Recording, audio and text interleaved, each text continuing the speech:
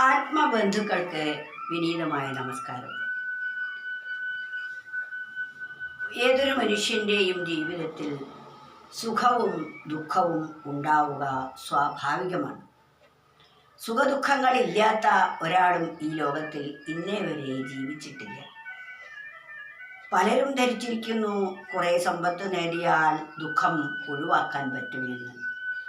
ഒരിക്കലും അത് സാധ്യമേ അല്ല. ഇന്ദ്രിയങ്ങളിൽ കൂടി മനസ്സ് ലോകത്തിലേക്ക് വ്യാപരിക്കുമ്പോൾ സുഖദുഃഖങ്ങളും ഇഷ്ടാനിഷ്ടങ്ങളും തെറ്റും ശരിയും തുടങ്ങി ദ്വന്ദ്ങ്ങൾ ഉണ്ടാവുക സ്വാഭാവികമാണ്. അത് മനസ്സിൻ്റെയും ഇന്ദ്രിയങ്ങളുടെയും വിഷയങ്ങളുടെയും സ്വഭാവമാണ്. അതിനെ മാറ്റാൻ ആരാലും സാധ്യമല്ല. അതിനാൽ നാം എന്തു ചെയ്യണം? ഇത് രണ്ടിനെയും ഒരേപോലെ കാണാൻ അഭ്യസിക്കുകയാണ് വേണ്ടത്. സുഖത്തെയും ദുഃഖത്തെയും ഒരേപോലെ കാണണം. സുഖം എന്നത് ഒരു ഇറക്കം പോലെയാണെങ്കിൽ ദുഃഖം എന്നത് ഒരു കയറ്റം പോലെയാണ്. നാം ഒരു കുന്നിൻ്റെ മുകളിലേക്ക് കയറുന്നത് ദുഃഖവും ഇറങ്ങുന്നത് സുഖവുമാണ് എന്ന്. എന്നാൽ സുഖം വരുമ്പോൾ നാം അതിൽ അഹങ്കരിച്ചാൽ അതും നമ്മുടെ പതനത്തിന് കാരണമാകും. ഇറക്കവും വളരെ ശ്രദ്ധയോടുകൂടി വേണം. കയറ്റവും എപ്രകാരം ശ്രദ്ധയോടുകൂടി ആവണമോ അപ്രകാരം വേണം ഇറക്കവും. ഇറക്കവും കയറ്റവും ഒരേപോലെ ശ്രദ്ധിച്ചില്ലെങ്കിൽ പതനം സുനിശ്ചിതമാണ്. അപ്രകാരം സുഖവും ദുഃഖവും നമ്മുടെ ജീവിതത്തിൽ വരുമ്പോൾ രണ്ടിനെയും നമ്മൾ തുല്യമായി കാണണം. അതിനാൽ നാം എന്താണ് ചെയ്യേണ്ടത്? സന്തോഷം സന്താപം ഈ രണ്ടിലും അന്തരംഗം ചലിക്കാതെ വയ്ക്കൂ. ഹന്ത നിന്നാലോചന താനതിനൊരു ബന്ധു ബന്ധു ബന്ധു ബന്ധുവാണ്. സന്തോഷം സന്താപം, സന്തോഷമുണ്ടെങ്കിൽ സന്താപവും ഉണ്ടാവും.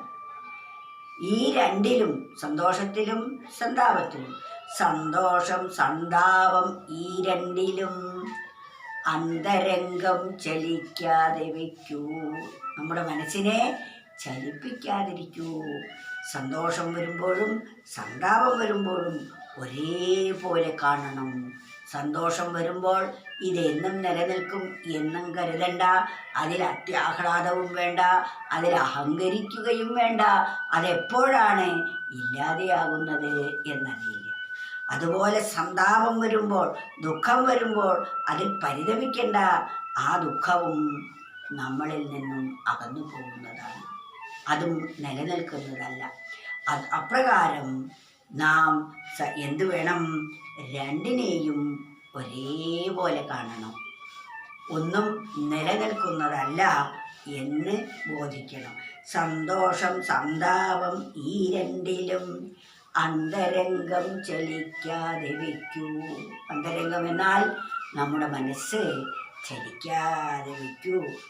ഹന്ത നിന്നാലോചന താനതിനൊരു, നിന്റെ ആലോചന അതിന് ഒരു ബന്ധുവാണ്. എന്ത് നമ്മൾ ആലോചിച്ച് ചെയ്യണം. ദുഃഖം വരുമ്പോൾ എനിക്കെന്നും ഇങ്ങനെ എന്താ വന്നത് എന്ന് പറഞ്ഞ് മാറത്തടിച്ച് മറ്റുള്ളവരെ കുറ്റം പറയുകയല്ല വേണ്ടത്. ഒരു ദുഃഖം വരുമ്പോഴേക്കും ജ്യോത്സ്യൻ്റെ അടുത്ത് പോകും. ജ്യോത്സ്യൻ്റെ അടുത്ത് പോയാൽ നമുക്ക് 100 ദുഃഖങ്ങളെ ക്ഷണിച്ച് വരുത്തി തരികയാണ് ചെയ്യുന്നത്. അതിന് കാരണം അയൽക്കാരോ മറ്റുള്ളവരോ ഒക്കെയാണെന്ന് അവരുടെ പേരിൽ പഴിചാരി പിന്നെ അതിന് പരിഹാരമായി 100 എടാകൂടത്തിൽ നമ്മൾ കുറിച്ചാലും. ഈ ദുഃഖം സ്വാഭാവികമാണ്, അതെല്ലാവർക്കും ഉണ്ടാവും. അത് ക്ഷമയോടുകൂടി നാം കാത്തിരുന്നാൽ അതങ്ങ് ഇല്ലാതെയാകും എന്ന ബോധത്തോടുകൂടി രണ്ടിനെയും സഹിക്കാൻ കഴിയണം. അന്തരംഗം ചലിക്കാതെ വയ്ക്കൂ. സന്തോഷം സന്താപം ഈ രണ്ടിലും അന്തരംഗം ചലിക്കാതെ വയ്ക്കൂ. ഹന്ത നിന്നാലോചന താനതിനൊരു, നിന്റെ ആലോചന, നിന്റെ ബുദ്ധി അതിന് ഏറ്റവും പറ്റിയ ബന്ധുവാണ്. ഈ ആലോചന എന്നത് നമ്മുടെ ഉറ്റ മിത്രമാണ്. നമ്മെ വിപത്തിൽ നിന്നും രക്ഷിക്കുന്ന ഉറ്റ ബന്ധുവാണ് ആലോചന. ആ ആലോചനയാവുന്ന ബന്ധുവിനെ നാം ഒരിക്കലും പിണക്കരുത്, ഓടിച്ചു വിടരുത്. അതിനെ ഇണക്കി അതിനെ കൂട്ടുപിടിക്കുകയാണ് വേണ്ടത്. അതാണ് ഈ ലോക ജീവിതത്തിൽ നമുക്ക് ആവശ്യമായിട്ടുള്ള ഘടകം. ബന്ധുവായിട്ട് കാണണം ആലോചനയെ. നമ്മൾ ആദ്യം ഇന്നലെ പറഞ്ഞു, ആലോചന മഹാബന്ധു പാർത്താൽ ആലോചിക്കാത്തവർ പെട്ടുപോകും, മാലകന്നീടാനും സർവം സിദ്ധിപ്പാനും മൂലമാലോചന എന്നറിയൂ എന്നാണ് പറഞ്ഞത്.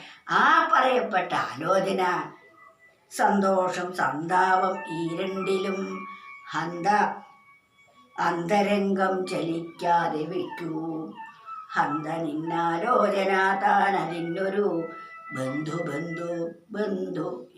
ബന്ധുവാണ്.